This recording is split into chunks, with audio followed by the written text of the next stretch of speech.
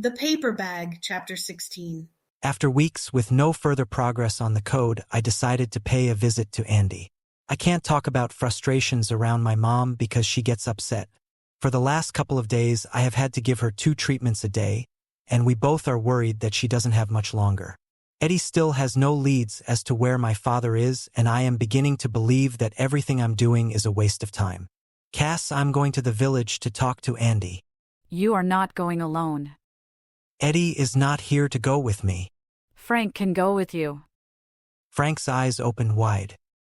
Are you sure you want me to go to the village? I don't have any guardian skills. Jack is a better fighter than I am. Mateus then.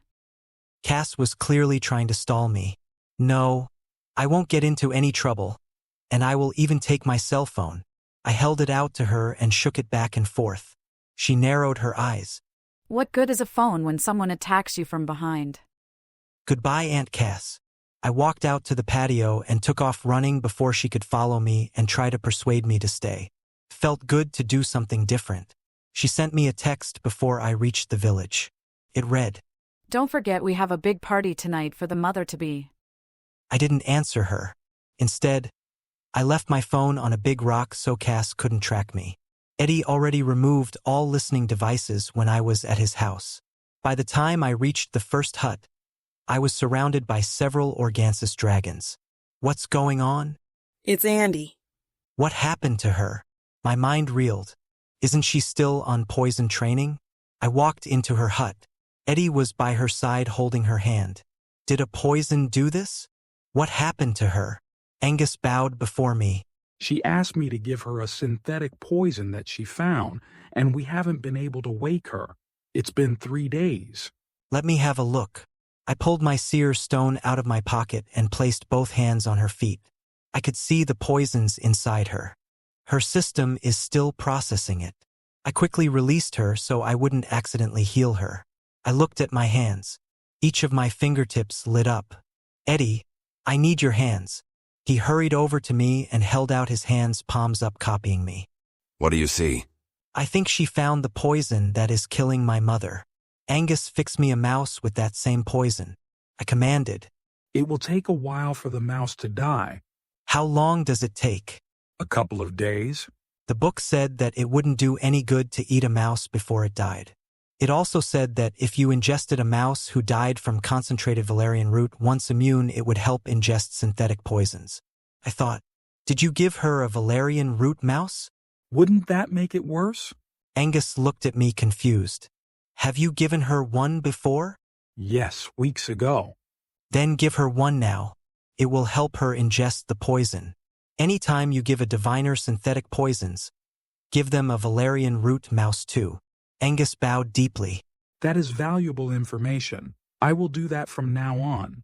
Prepare me one with the synthetic poison too, I asked again.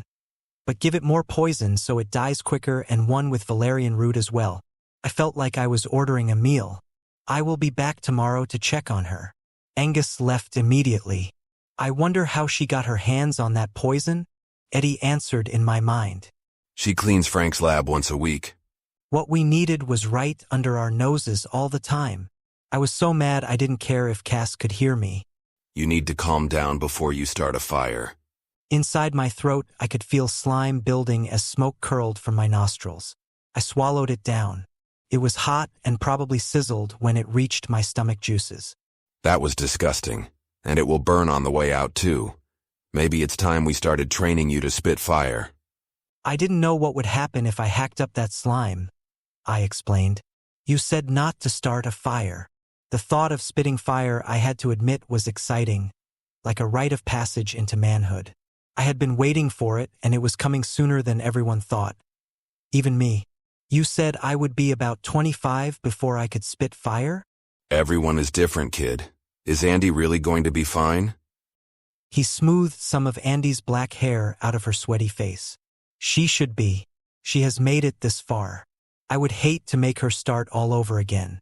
When was the last time Bean had a treatment? 2 or 3 days. Eddie kissed her hand. Aren't you afraid Cass will know about your relationship? I thought to him. I don't care anymore. He answered me out loud. I shook my head and pulled the curtain back to leave. If she dies, I'm going to kill Cass. Eddie breathed. I didn't say anything and headed to Bean's hut. His father was caring for him. Why didn't someone come for me? You are being guarded by several dragons. I took out my seer stone and grabbed both of his blackened feet. My new diet had given me extra heat, and I sent it through him. His blood started to move. My focus was on his heart. I had to see how his disease was progressing. The white area had doubled in size. If something happened to me before my mother was cured, this would happen to her. As it was, I was slowly losing ground to the poison. Bean opened his eyes. He was glowing from my heat. I'll be back to treat him tomorrow. Thank you, thank you. His father knelt on the floor in front of me and kissed my feet. It is my responsibility. Please stand up. I tried to pull him to his feet. Angus pulled open the curtain to Bean's hut and whispered, Andy is awake. "Wonderful." I followed him back to the hut. Andy was in and knelt on the floor beside her. She was sipping on a drink. Well, how was it? Awful, and the taste it leaves behind is like a drake's sweaty armpit. I didn't want to know how she knew what that tasted like, but I was glad to see she was alive. Did you find the cure? Yes, but I am banned from the house. Cass caught me looking through the vials. She took a sip of her drink with Eddie's help. I am sure I got the right poison because all of my fingers lit up. Before I got caught, I managed to pour some of it into another vial. Lupita came in and asked, Is she going to work tonight? She then came in and kissed her daughter. I am so happy to see you are all right. Andy sat up and then laid back down. My head is spinning. Mistress wants everyone for the party, though. Don't try to get up. Whatever needs to be done can wait until tomorrow. Eddie growled. Besides, she kicked her out of the house 3 days ago. Lupita looked at him shocked. I must go before I'm missed. The inside of his mouth looked like hot coals. He stormed out of the hut. I watched him go up to a small fire in the middle of the village and spit flames into it. It exploded and continued to burn brightly. When Eddie returned, he touched my arm. I don't want to leave, but we have to go to the baby party. I cringed at the thought. Eddie, I don't think I can take this much longer. Cass and Frank need to pay. Yes, they do, but these things need to be planned out carefully, so they don't escape because we left them a hole. Eddie walked me to the path. See you at the party, kid. You better change. This is a formal event. He pulled on his shirt. I was going to see Salty. Now I don't have time. You can call him. I can? He has a landline. I'll text you the number. It takes him a long time to answer, so give him some time before you hang up. Eddie pulled out his phone as I headed to Cass's house and collected mine. Then I ran at a slow pace. It pinged just as I reached the patio. I quickly touched the number and I listened to it ring about 10 times before Cass called me into the house. Hurry and get dressed. When I walked into the house, I wanted to turn around and walk back out. Dragons were everywhere decorating in the grand hallway. Hurry, guests are already arriving. I ran down to my room. Maybe Cass was too busy to know what Eddie and I had done. I thought as I opened my closet and pulled out my pumpkin-colored suit. It made me happy just to look at it. Took me a few minutes to shower and dress myself. Cass texted me 3 times before I was ready. She met me in the family room. This is your debut as a diviner. It is important that you mingle first before you are presented. I thought this was a party for the baby. It is, and you will be a big part of it. Why is that? You are going to tell us what sex it is. I can't divine that. Oh, yes you can. She left me to fend for myself in a room filled with mostly seraphim. I looked desperately around for Eddie. Some seraphim came up to me in a small group. Hello, Prince Jack. The leader of the group said, I am Vienna. These are my friends Hepa, Jordan, and Tina. They each bowed gracefully. Behind them was a small, timid seraphim with big gray eyes. Her hair was white as a lily. What is your name, Lily White? I tried to make a joke, because I thought she was beautiful. The whole group turned to look at her. Snowfire. She said softly with a French accent and bowed her head low. I haven't seen you before. Who are you with? My Aunt Helen. Oh, aren't you lucky? Hepa cooed. Eddie stood next to me and said to my mind, I hate it when they speak French. Don't you speak French? Not unless I have to. It all sounds like English to me. I hate you. He stumbled a little as he walked away. What did I do? I followed behind him like a lost puppy leaving the girls, who looked a little miffed that I didn't say goodbye. Not only do you have a serpent tongue which you don't have any idea how to use, now you're a linguist too. I have one thing. He flexed his muscles. Why didn't my mother cheat on my father with a human so I could be multi-gifted like you? Then I could marry the girl of my dreams, and they would all be too afraid to stand in my way. He was starting to slur his words. Eddie, are you drunk? No, but I wish I was. I'm in big trouble with Cass. He staggered away from me. Trying to steady him, I put my arm around his waist and my other hand lit up. You've been poisoned, I whispered. He leaned against the wall. I don't feel very well. I put both hands on his chest and looked at them. All my fingers were glowing except a few. You're right, you are in big trouble. This is a new poison, and I may need Andy to figure it out. He was so unsteady on his feet that I walked him down to my room and laid him on the bed next to mine. He was moaning and tossing back and forth. What do? I quickly grabbed hold of his feet. I can see the poison. It swirled, changing colors as if it was transforming before my eyes. It was mostly concentrated on his left shoulder. When I opened my eyes, Eddie was passed out and sweating profusely. I turned him on his side to see the injection spot. Then I unbuttoned his soaked shirt and pulled it down past his shoulder. It was swollen and red like a bee sting. The smell was sweet. I put my hands on the spot. His skin was hot to the touch. I closed my eyes and concentrated. Then I remembered that if you are bitten by a fast-acting venom, and this had all the indicators of one, there were more than a handful of poisons working here. If I sucked on the injection site, I could suck most of the poison out. I grabbed a trash can, bent down and swallowed hard. You are going to owe me big time, Eddie. I pressed my lips to his hot skin and sucked hard. Hot poison and blood entered my mouth, numbing everything it touched. I quickly spit it into the trash. It was so disgusting. Everything about being in the dragon world was gross, from the food they eat to the things I had to do as a diviner, but this topped my list of most repulsive things I have done in my life so far. And I had a sinking feeling this was just the beginning. I did this 3 times. It would be impossible to get it all, but it would weaken it and give me more time. The inside of my mouth felt like I had been to the dentist. They should try this stuff because it numbs really well without a shot. My words came out slurred. Not even I could understand what I said. I went to the bathroom and rinsed my mouth. It had no effect, so I decided to brush my teeth. Jack, are you down there? Yes. It came out weird, but she heard me. It's time. Great, I sighed. My tongue is going to be shredded by the end of the night from me chewing on it. I patted Eddie on the leg on my way out of the room. Wish me luck, I slurred. Please don't make me talk, I thought as I trudged up the stairs to Cass, who was tapping her foot impatiently. Where is Eddie?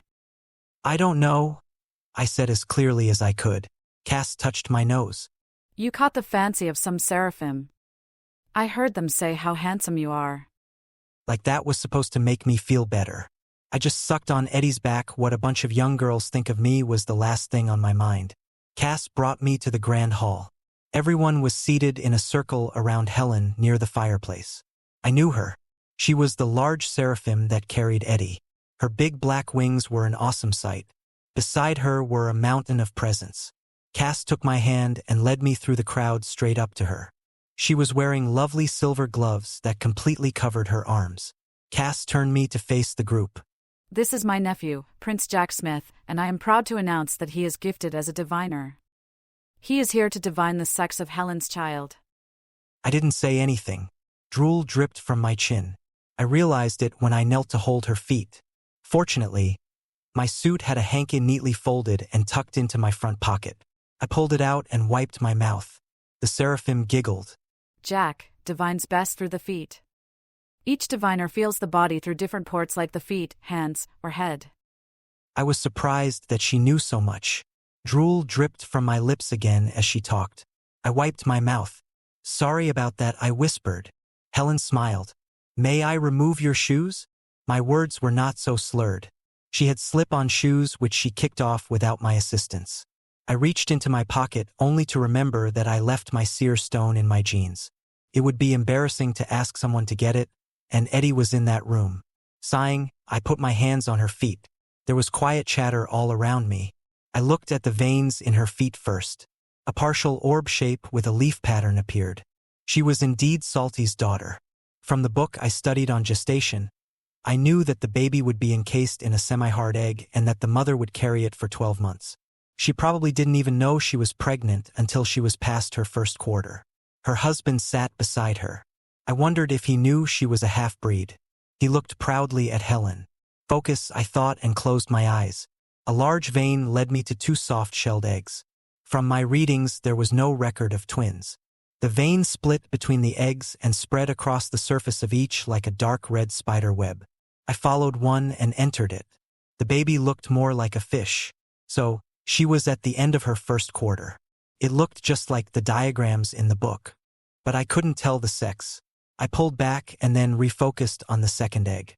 When I entered it, I could see that it was a boy. Their bodies both appeared to be progressing as the book said they would.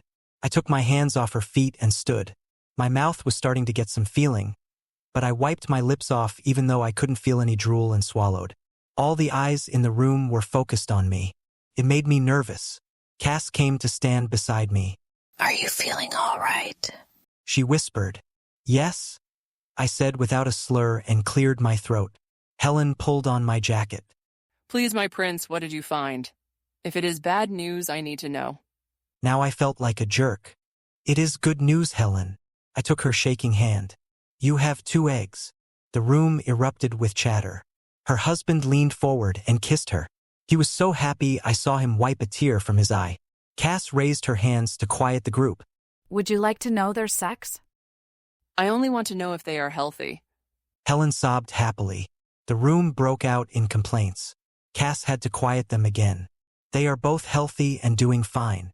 I smiled reassuringly at her. Her worried expression faded, but the voices around us begged to know their sex. Helen, it is up to you. I gestured to the room. Vienna's voice was louder than the others. Oh, please, Helen, at least let us guess. I looked at Helen, who was smiling brightly at everyone. Her husband was next to her with a hand on her stomach. She wasn't showing yet. Did she realize that no dragon had ever had twins before, and I didn't have any experience? I wanted to slink away and hide, but I was in the center of attention. I will tell you what. I will whisper the sex to Helen's husband, and you can ask him. And I can get out of here to check on Eddie, I thought. We don't need to know. I will do it then. Cass stood next to me. I didn't want to get that close to her, but I needed to check on Eddie. One of each. Cass played her part well and made her eyes wide. She covered her mouth as I whispered. Helen and her husband cuddled her belly. With everyone's attention on my aunt, I snuck slowly out of the room. The door to the dining room closed softly behind me and then opened again. It was probably Cass coming to wrangle me back into the room. I turned to face her only to find Snow staring at me with those big gray eyes of hers. Subscribe. Like and share.